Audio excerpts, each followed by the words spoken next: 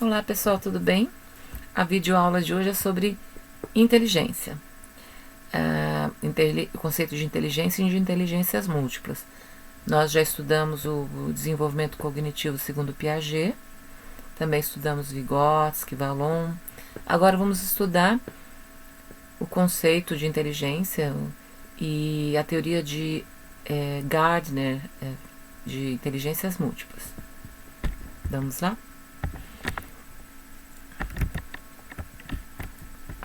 O que é inteligência? Bom, nós somos seres pensantes, nós pensamos sobre o mundo, sobre as coisas, sobre os problemas, nós buscamos solução para os problemas, nós sonhamos, nós fantasiamos, nós criamos, nós fazemos ciência, poesia, música. Nós criamos a linguagem tão importante para a comunicação e para o pensamento, né? Então há várias concepções no uso comum e também estudos científicos sobre a inteligência. No senso comum, por exemplo, quando nós dizemos que uma pessoa tomou uma decisão inteligente, o significado de uma frase como essa é que a pessoa tomou a decisão acertada, a decisão correta, né? Outras concepções de inteligência envolvem, né, a qualidade de se adaptar a novas situações com facilidade, como a pandemia, por exemplo. Tem pessoas que rapidamente, né, foram criando soluções.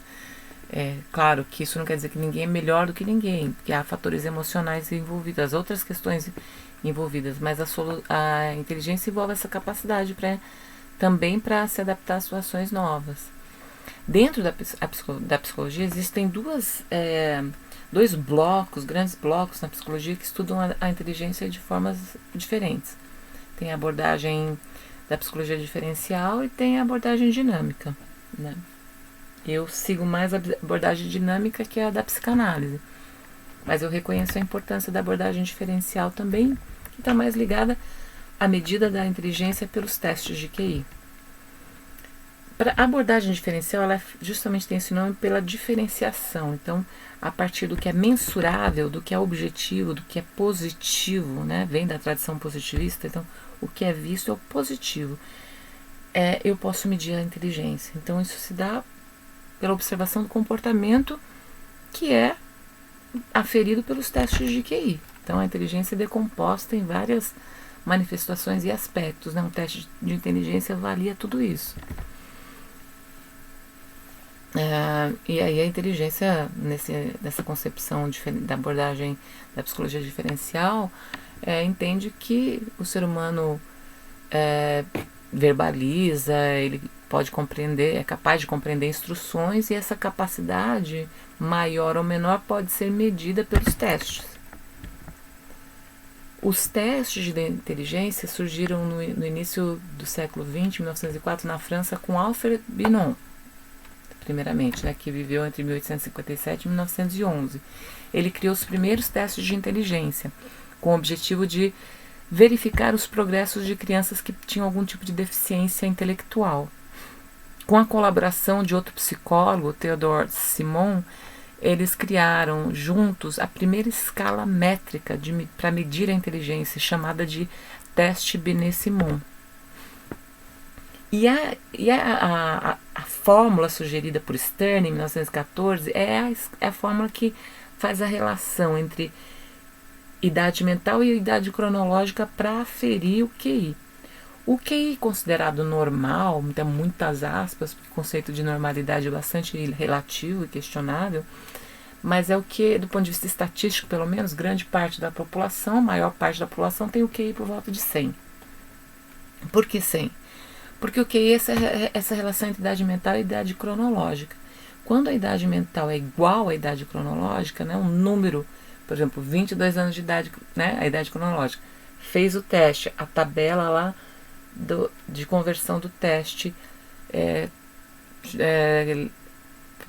indicou que a pessoa tem idade mental de 22 anos de idade, então a idade mental 22, cronológica 22, um número, isso é noção básica de matemática, né? Qualquer número dividido por ele mesmo é 1. Agora, se for menor a idade mental da cronológica, ou se for maior, vai dar casa decimal. Então, para evitar trabalhar com casa decimal, multiplica-se esse número por 100. Então, quando é igual, idade mental e idade cronológica, é 1, né? O resultado dessa operação matemática. Multiplicando por 100 é 100. Então, o QI considerado normal é 100, com desvio padrão de 10 para menos e 10 para mais, sabe? Em matemática se trabalha com a ideia de desvio padrão, porque nem todo mundo cai naquele número exato, né? Alcança aquele número exato. Então, até em pesquisas de intenção de voto, isso aparece, né? O QI acima de 110 é de pessoas consideradas superdotadas, todos vocês, né? Abaixo de 70 com deficiência intelectual e entre 70 e 90 inteligência rude ou limítrofe. As pessoas, do ponto de vista legal, com QI por volta de 70, são geralmente consideradas parcialmente responsáveis pelos atos, e com QI abaixo de 50 são consideradas inimputáveis, porque elas não conseguem entender o ato delas, né? Quando cometem algum crime, por exemplo, elas não podem ir para uma prisão comum, elas nem conseguiriam se relacionar com as pessoas em uma prisão comum, nem seria justo para elas, né? Elas vão para uma casa de custódia, para algum tipo de tratamento, enfim, né? Então, na psicologia diferencial é assim que a inteligência é vista, de maneira bem simples, mas é essa forma como a inteligência é vista.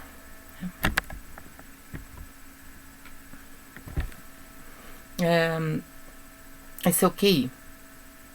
Então, obtido a partir dessa relação entre idade cronológica e o desempenho no teste que leva, né, à aferição da idade mental. Dante Moreira Leite, por exemplo, esse psicólogo, ele é já falecido, né? Ele apontou a possibilidade de modificação do QI ao longo da vida. Aqui tem uma citação do livro dele, Psicologia Diferencial. Ele diz que, teoricamente, nada existe que impeça a modificação do QI para mais ou para menos. Para entender esse processo, podemos pensar no que ocorre com o desenvolvimento do corpo. Uma criança pode nascer com muita saúde e ter possibilidades de bom desenvolvimento físico. Se ela for subalimentada durante vários anos, é provável que apresente um desenvolvimento físico pior do que uma criança que nasceu mais fraca, mas teve melhores condições de alimentação e higiene. Então ele diz que não há por que não pensar que isso também pode acontecer com a inteligência. Então, assim, ele conclui que o nosso QI tende a ser estável quando as condições de desenvolvimento da criança também são estáveis. Se essas condições modificarem, para melhor ou para pior, o mesmo acontecerá com o QI. Bom, problemas dos testes de inteligência. O termo inteligência era compreendido de várias maneiras pelos psicólogos. Então, cada psicólogo construiu um teste e entendia a inteligência de uma forma. E aí uma mesma pessoa poderia ter um bom desempenho num teste e um ruim em outro. Por exemplo, tem testes que avaliam fundamentalmente a capacidade verbal, outros a percepção espacial. E aí algumas pessoas iam muito bem num teste porque tinham uma boa capacidade a capacidade de expressão verbal, mas ia mal no outro teste porque não tinha uma boa percepção espacial. Outra crítica, a rotulação. Então, o resultado do teste pode levar à rotulação das pessoas, né, como deficientes, né, normais, superdotadas, e quando é bastante questionável isso, porque existe o viés, né, nos testes. E justamente outra crítica é a crítica com relação ao viés, as tendências. Os testes tendem a avaliar aquilo que eles querem avaliar. Essa é a verdade. Então, os testes avaliam o que é valorizado numa sociedade, né? Por exemplo, o que é valorizado na sociedade, nas escolas? A pessoa é considerada assim muito inteligente quando ela vai bem em exatas, né? Física, matemática, ou fala vários idiomas, né? Escreve muito bem. Então, essas habilidades verbais e de raciocínio lógico. Mas a relação com a natureza, por exemplo, né? Então, enfim, existem outros fatores que não são medidos pela maioria dos testes. A abordagem dinâmica da psicologia, ela interpreta os dados dos testes, por exemplo, de uma outra forma. Os dados obtidos nos testes deixaram de ser, essa é uma citação da Ancona Lopes, considerados como medidas de inteligência, passaram a ser vistos como medidas de eficiência do sujeito. Então, assim, alterações dessa eficiência são encaradas como sintomas ou perturbações globais e não indicadoras do potencial intelectual deficiente. Então, se a pessoa tem uma alteração nessa eficiência no teste, isso pode ser uma indicação de sintoma, né? Então, sintoma de conflito, por exemplo, alguma questão que precisa ser trabalhada no sujeito, na pessoa, né? Então, a inteligência passa a ser um adjetivo inteligente que qualifica a produção cognitiva e intelectual. Os testes passam então a ser instrumentos auxiliares. Então, assim, tal decisão, essa decisão é inteligente, essa resolução é inteligente. Então, não falar de uma inteligência única, né? Segundo essa abordagem mais dinâmica, que entende o psiquismo, ele é mais dinâmico, né? Ele se movimenta, ele não é linear nem estático. Quando a pessoa está bem, ela tende a lidar adequadamente com os conflitos. É só pensar numa situação que, sabe, agora, por exemplo, de medo, quando nós perdemos uma pessoa que a gente ama, a gente não consegue, né? Se fizermos um teste de QI num dia em que perdemos uma pessoa que nós amamos, é claro que o nosso desempenho vai ser pior. Isso é evidente, né? Aqui vem um exemplo, né? Se uma pessoa tem alguma preocupação ou conflito que toma grande parte do seu pensamento, consome a sua energia psíquica, ela apresenta maior dificuldade para aprender um conteúdo novo. Lógico, todos nós, né? Ou resolver algum problema. Portanto, concluindo, o QI não deve ser usado como único critério para um diagnóstico. Então, a pessoa precisa, em geral, é feita uma bateria de testes de personalidade, a pessoa é observada, e não apenas o resultado de um teste, né? Deve ser levada a história, desenvolvimento da pessoa, o seu comportamento atual. E outra conclusão, né? QI segundo essa concepção da psicologia diferencial, QI é um número. Duas pessoas com o mesmo QI são absolutamente diferentes. Uma pode ser extremamente perversa, má, e outra pode ser extremamente bondosa, fazer o bem para a sociedade, né? Trazer benefícios para a sociedade. A nossa inteligência, ela é resultado do que a gente herda, né, dos genes, do ambiente, como tudo, né? Do ambiente, da cultura, e também moderada pela situação, né? A situação aqui e agora eu preciso resolver um problema. Eu tenho todo o material genético que eu herdei dos meus pais, eu tenho todo o conhecimento que eu fui adquirindo ao longo da minha vida, que é a influência do ambiente. Atualmente, o conceito de inteligência que se aplica mais, né, que se aceita mais, é o de inteligências múltiplas. É uma expansão do conceito de inteligência.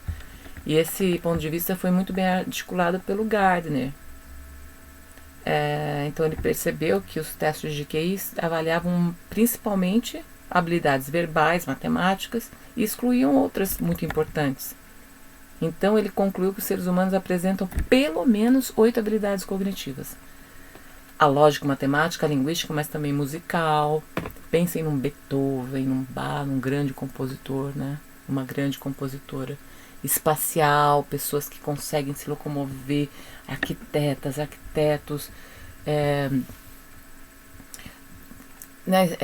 pessoas que praticam esporte.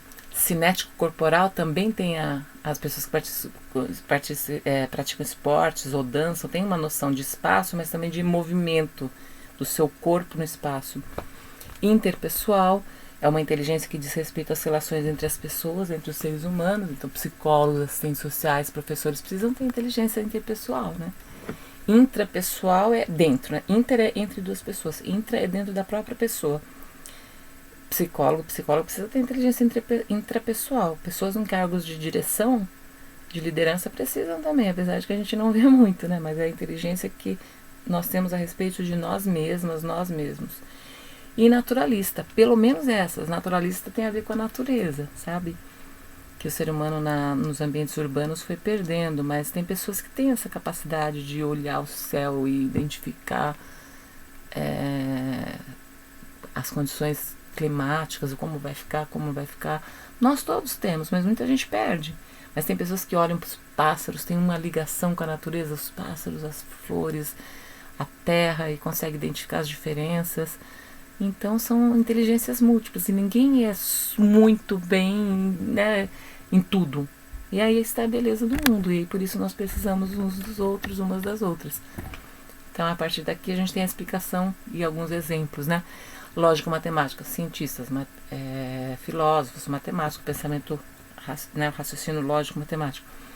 Inteligência linguística, poetas, escritores, linguistas, musical, compositores, maestros, músicos, críticos de música, espacial, arquitetos, artistas, escultores, jogadores de xadrez, navegadores, cartógrafos, corporal, sinestésica, pessoas, né, bailarinas, dançarinos, dançarinas, atores, atrizes, pessoas que praticam esporte, intrapessoal, psicoterapeutas, escritores, conselheiros, interpessoal, políticos, né, religiosos, professores, e naturalista, Charles Darwin, por exemplo, né, ambientalistas, zoólogos, geógrafos, espiritualistas, tem uma relação com a natureza, com o mundo, né, forte.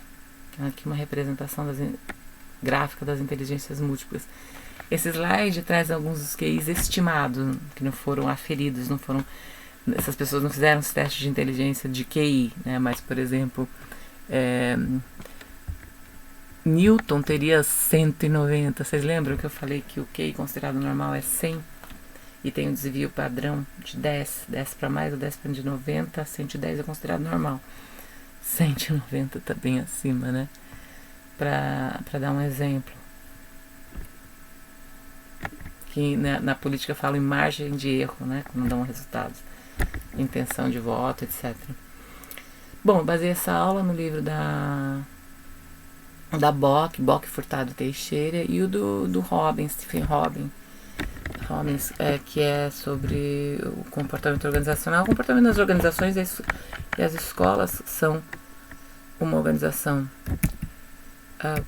Bom, a ideia é complementar o que nós vimos sobre Piaget e Vygotsky e Vallon, com essas ideias, né, que eu trouxe hoje sobre inteligência, que a Ana Bock, muito bem, professora da PUC, descreve no texto Psicologias, né, introdução, e o Robbins. Mas é isso, pessoal. Então, fiquem bem. Deixa eu ver aqui. Moodle. Vamos olhar aqui o Moodle. Nossa próxima unidade é sobre mediação de conflitos. Então nós usamos a nossa inteligência também para solucionar conflitos. Será que o ser humano soluciona conflitos de maneira inteligente, adequada, socialmente construtiva? Vamos ver na próxima. Não percam a próxima aula. Tá bom, gente? Cuidem-se. Até a nossa próxima videoaula ou nosso próximo encontro síncrono. Fiquem bem. Tchau.